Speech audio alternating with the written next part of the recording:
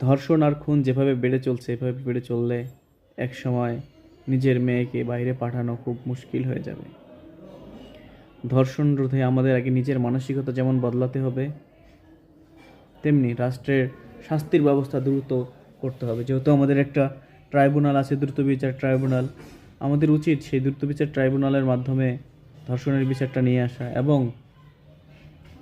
ইদানিং বাচ্চা বাচ্চা ছেলেমেয়েরা খুন হচ্ছে, ধর্ষণ হচ্ছে, ইদানিং খুবই বেড়ে গেছে।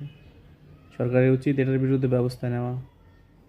ছোট ছোট বিচার আচারের মাধ্যমে এগুলো জিনিস যদি আর গায়েব করে না দেওয়া হয়, প্রকৃত দোষীকে ব্যবস্থার আওতায় এনে তাকে সরাসরি ওপেনে ফাঁসি দিতে পারলে বেশি ভালো হয়। আপনারা কি মনে করেন এই ধর্ষণ কিভাবে বন্ধ হবে?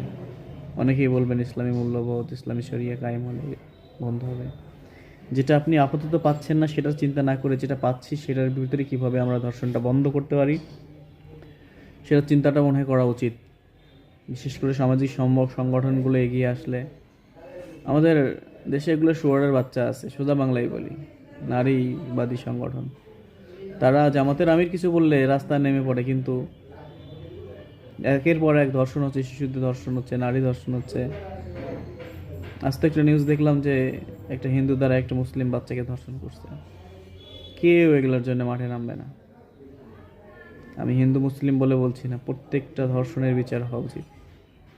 আপনারা দয়া করে এগুলোর বিচার সোচ্চার হন। যারা ফেসবুক ইউটিউব চালান, ভিডিও মেক করে আপলোড করুন। 2টা ভিউ হোক, 1টা ভিউ হোক, না হোক সমস্যা নেই, কিন্তু আপনার প্রতিবাদটা থেকে যাক। ধর্ষণের বিরুদ্ধে প্রতিবাদ করুন। আসসালামু আলাইকুম রহমতুল্লাহি ওয়া বারাকাতুহু।